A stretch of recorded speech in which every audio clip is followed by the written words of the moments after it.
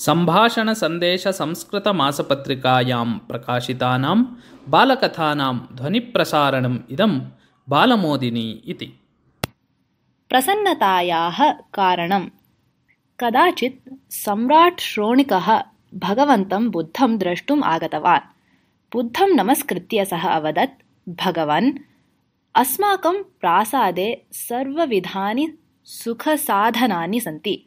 बहवः सेवकाः, महती सेना, रथादयः, रुचिपूर्णाः पाकाः, अनेकविधाः विशालाः इत्यादिकं सर्वम् अस्ति चेदपि मनः तु प्रसन्नं न भवति। किन्तु भवतां भिक्षवः पादाभ्यां सञ्चरन्तः यत् लब्धं तत् सेवमानाः, कुट्यां तरुतले वा शयानाः अपि सदा प्रसन्नमुखाः भवन्ति। कथमेवम् इति। तदा बुद्धः अवदत्, प्रसन्नता तु अकिञ्चनानां जीवने तिष्ठति, न तु महाधनिकानां जीवने इति। याचकाः अपि अकिञ्चनाः एव, किन्तु तेषां जीवने प्रसन्नता किमर्थं न दृश्यते? श्रोणिकः अपृच्छत्। भिक्षुकाणां जीवनम् अभावग्रस्तम्। अभावग्रस्तं जीवनं सुखं न ददाति, बुद्धः अवदत्। भवतां भिक्षवः अपि अभावग्रस्ताः एव ननु? तेषां जीवने किं भवति विशेषवस्तु? श्रोणिकः पुनः पृष्टवान्। भिक्षुकाणां जीवनं न अभावग्रस्तम्, अपि तु त्यागमयं।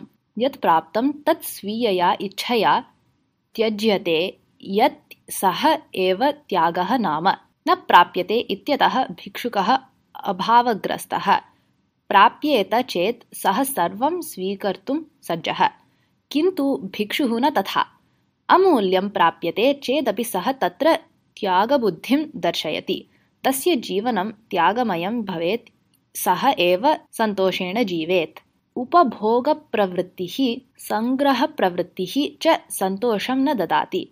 प्राप्तस्य विषये अतृप्तिः, अधिकं प्राप्तव्यम् इति इच्छा, प्राप्तस्य रक्षणविषये चिन्ता इत्यादयः मानवम् असुखिनं कुर्वन्ति। एवं तर्हि राजभवनवासिभिः अस्माभिः अपि सर्वं त्यक्त्वा किं भिक्षुजीवनं परिग्रहणीयं? श्रोणिकः अपृच्छत्। भिक्षुजीवनमेव आश्रयणीयं त्यागाय इति मया न उक्तं। भिक्षुजीवने न केवलं त्यागः, अपि तु अन्ये अपि बहवः नियमाः सन्ति। निर्वाणप्राप्तये ते अनुष्ठीयन्ते। सन्तोषप्राप्तये तु प्रासादे स्थित्वा एव त्यागमयं जीवनं यापयितुं शक्यं।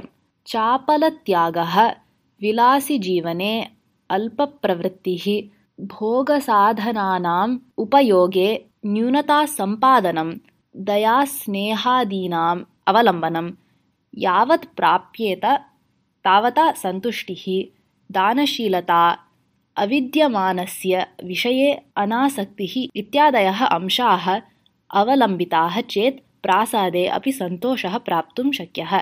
मनसः प्रवृत्तिम् अवलम्ब्य प्राप्यते सन्तोषः, बुद्धिः विवृतवान्। नूतनं सत्यदर्शनं प्राप्तव्यम् इति श्रोणिकः बुद्धस्य मुखं निर्निमेषं पश्यन् अतिष्ठत्।